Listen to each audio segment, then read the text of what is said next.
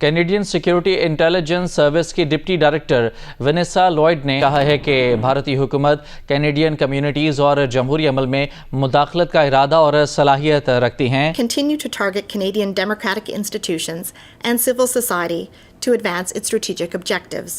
ये जो पन्नू निजर वाले मामला थे, इसमें इंडिया का वो और एक पोजीशन सामने आ गए।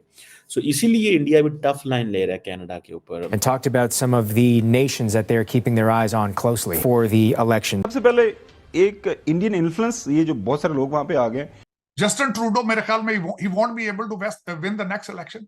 फिर उसके बाद में जब वो निजर के मर्डर की बात है, वो उनके बारे में भारत के अंदर उनके खिलाफ कई केसेस मौजूद थे। सो एक इंडियन लॉबी की बहुत बड़ी प्रेजेंस है वहां पे, और थोड़ी सी दलेरी चाहिए होती है, थोड़ा सा स्टैंड लेना होता है। और अगर इंडिया ने लिया है तो ये मेरा ख्याल में ना सिर्फ इंडिया बल्कि पाकिस्तान या फिर जो उसके आसपास के ममालिक हैं उनके लिए भी ये बड़ा बेनिफिशियल है। दो चीजें, एक वक्त होता था हम सुनते थे इजरायली लॉबी, अब एक इंडियन लॉबी भी अमेरिका के अंदर मौजूद है। और वो इंडियन लॉबी जो है वो आपको कांग्रेस में भी नजर आएगी, वो स्टेट डिपार्टमेंट में। जब एक्स्ट्राडिशन का भारत का मुतालबा था तो उस चीज को भी अकोमोडेट नहीं किया गया। तो नजर ये आता है कि कनाडा जो है they have to amend their laws और प्रोसीजर्स। उनको देखना होगा कि फ्यूचर के अंदर जिन लोगों को यहाँ पे रखते हैं, अकोमोडेट करते हैं, उनके बारे में रिसर्च करना जरूरी है। तुलसी गैबर्ट नाजरीन, वो डायरेक्टर नेशनल इंटेलिजेंस है, 22-24 महकमे है उसके अंदर, सारी की सारी 18 जो एजेंसियां वो उनके नीचे हैं। फिर काश पटेल एफबीआई के हेड है। हेलो फ्रेंड्स, जय हिंद। हिंदुस्तान स्पेशल में आपका स्वागत है दोस्तों। 24 अप्रैल को होने वाले आम चुनाव से पहले कनाडा ने भारत पर बड़ा आरोप लगाया है। कनाडा ने कहा है कि भारत चुनाव में हस्तक्षेप करने का प्रयास कर सकता है, क्योंकि दोनों देशों के बीच संबंध अब तक के सबसे निचले स्तर पर पहुंच चुके हैं। समाचार एजेंसी रॉयटर्स के अनुसार कनाडा की खुफिया एजेंसी ने सोमवार को दावा किया कि भारत और चीन आगामी कनाडा के आम चुनाव में हस्तक्षेप करने की कोशिश कर सकते हैं। दावा किया गया कि रूस भी ऐसा करने की कोशिश कर सकता है। नवनियुक्त प्रधानमंत्री मार्क कार्नी ने 28 अप्रैल को चुनाव कराने का फैसला किया है। कैनेडियन सुरक्षा खुफिया सेवा CSIS ने यह टिप्पणी ऐसे समय में की है जब ओटावा के नई दिल्ली के साथ संबंध बेहद नाजुक दौर से गुजरे हैं। दरअसल कनाडा अपनी धरती पर सक्रिय भारत विरोधी तत्वों और खालिस्तानी समर्थकों को बढ़ावा देता है। अब पाकिस्तानी मीडिया चर्चा करा है कि देखो अब कनाडा भी भारत से डरा हुआ है। तो चलिए दोस्तों, आज की वीडियो की तरफ चलते। Thank you so much. The behaviour of India, वो इंडिया के बिहेवियर को मोल्ड करना चाहते हैं, and they have not been that much successful. ठीक है जी। और इंडिया के क्या है, जैसे फॉर एग्जांपल इंडिया का क्या है कि इंडिया इस चीज़ को समझता है कि भाई अगर मैं इनके सामने आज झुक गया, मैं सॉफ्ट हो गया, तो ये तो मुझे ले जाएंगे। मार्को रूबियो का बिल देखें, जो कि थोड़े दिन पहले, महीने पहले हमने डिस्कस किया था, कि वो कह रहा है जी इंडिया के साथ ये पार्टनरशिप कर लो, वो पार्टनरशिप कर लो, कार्ड्स एक्ट की परवाह नहीं करनी, पाकिस्तान को दबा दो। मतलब आप जो है ना वो, मतलब आप ये कहोगे जी हर लिहाज से इंडिया के साथ खड़ा होना है, इंडिया भावे हमारे साथ खड़ा हो रहा है। मतलब ये उसकी टोन एंड टाइनर, वो उसकी ये तो आप देखें ना कि इंडिया के अंदर वो कई जगह पे बताते हैं कि बिजनेसेस बंद हो गए हैं। जो लोग कनाडा में लोगों को भेज रहे थे, तो वो सारा कुछ बंद हो गया। वो दिन ब दिन चीज़ें ख़राब होती जा रही है, कम नहीं होती जा रही। ठीक है जी। अब इंडिया का अमित शाह के ऊपर आप इल्ज़ाम लगा दें, तो अमित शाह तो मतलब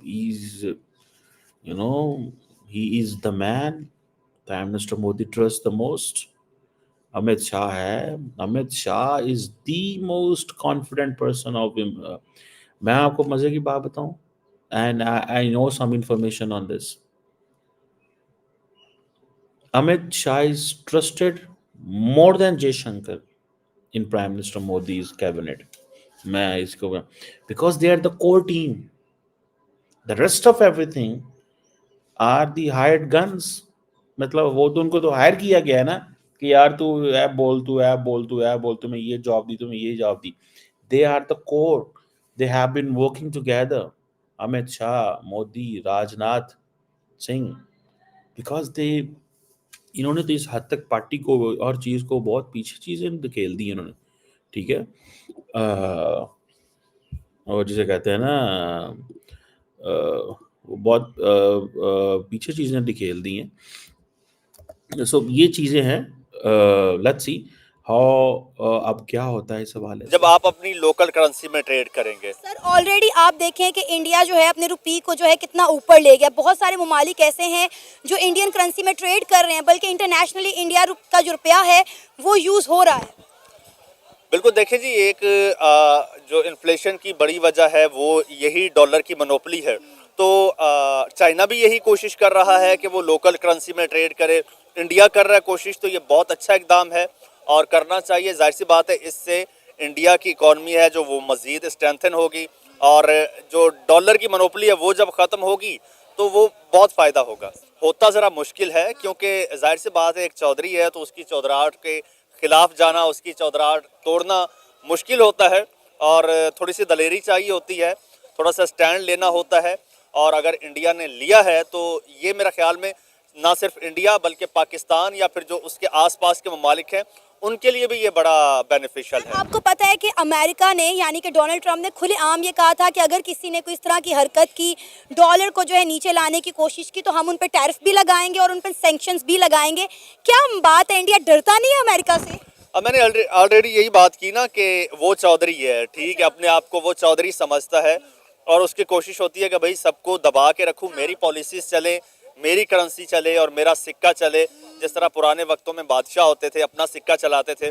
तो अगर इंडिया, देखो इंडिया भी एक तो आप कह लो कि पॉपुलेशन के हिसाब से एक बहुत बड़ा मुल्क है, डेमोक्रेटिक, बहुत बड़ी एक डेमोक्रेटिक पावर भी है और उसकी इकोनॉमी भी काफ़ी स्ट्रॉन्ग है इंडिया की। तो इंडिया स्टैंड ले सकता है और उसने स्टैंड लिया है तो बहुत अच्छा किया है। आपको लगता है कि इंडियन रुपी आने वाले वक्त में डॉलर को रिप्लेस कर देगा? Definitely, why not. हम बादशाह, किसी की भी बादशाह हमेशा तो नहीं होती ना। अगर अब देखें, अगर इंडिया इतना हो जाता, अब आपके मिसाल सामने है इसकी चाइना की। चाइना का थोड़ा सा पीछे चले जाएं क्या हाल था और आज देखें, आज चाइना सुपर पावर होने के दावे कर रहा है या करीब है, तो कल को इंडिया भी डेफिनेटली कर सकता है।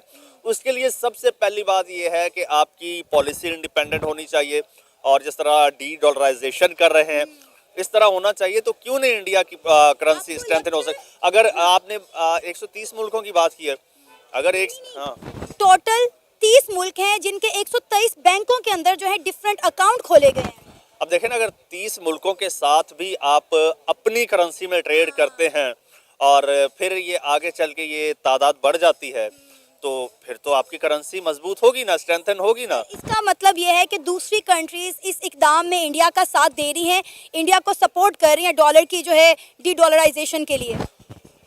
पूरी दुनिया डॉलर के चुंगल से निकलना चाहती है, पूरी दुनिया निकलना चाहती है और खासकर पाकिस्तान भी निकलना चाहता है।